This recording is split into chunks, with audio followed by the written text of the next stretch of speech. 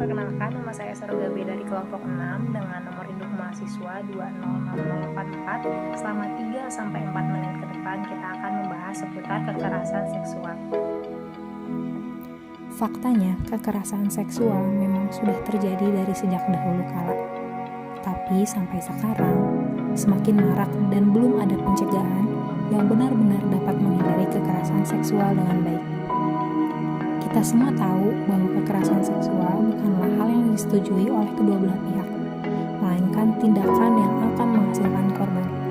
Korban kekerasan seksual bukan hanya mendapat sakit fisik, tapi yang lebih parah lagi adalah kesehatan mentalnya terganggu. Pada zaman sekarang, mental sangat penting. Memang sudah banyak orang yang mulai aware dengan kesehatan mental, tetapi kekerasan seksual yang juga merusak mental masih belum terhentikan. Banyak kasus dari kekerasan mental korbannya adalah perempuan. Namun sekarang kekerasan seksual sudah tidak pandang gender dan usia. Ingat kasus Reinhard Sinaga? Ya, salah satu kasus yang pernah sangat hype karena tindakan yang dia lakukan sangat menyimpang dari nilai-nilai moral, bahkan bisa disebut tidak berperi kemanusiaan. Lalu, kenapa pelaku kekerasan seksual masih beraksi bahkan sampai sekarang? Padahal hukum sudah ada, penyuluhan dan edukasi juga sudah diterapkan.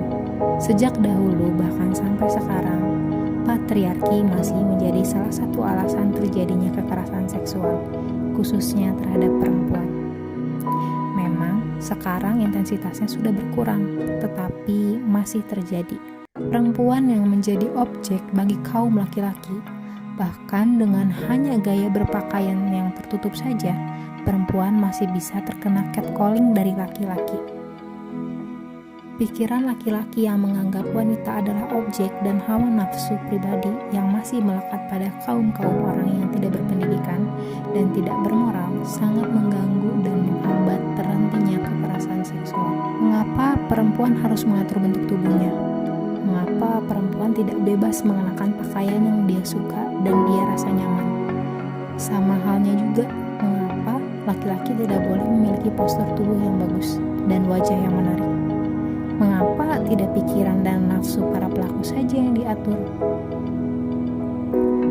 Jadi, untuk menghentikan kekerasan seksual yang ditakutkan akan semakin menjadi-jadi di kemudian hari, bahkan di generasi anak cucu kita, mari kita hentikan bersama dengan pertama, tidak mengusik bentuk tubuh dan gaya berpakaian seseorang, apalagi menjadikannya sebagai objek pemuas nafsu.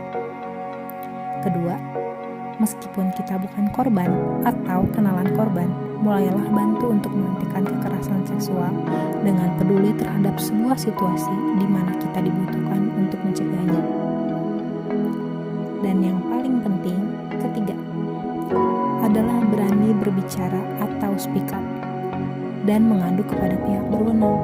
Jangan pernah memendam cerita kelam seorang diri karena akan lebih merusak kesehatan mental dan dapat merugikan diri sendiri.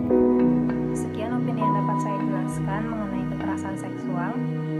Sexual harassment is not consent if it make you afraid to say no. Thank you for watching and thank you for listening. Hopefully this video useful for you.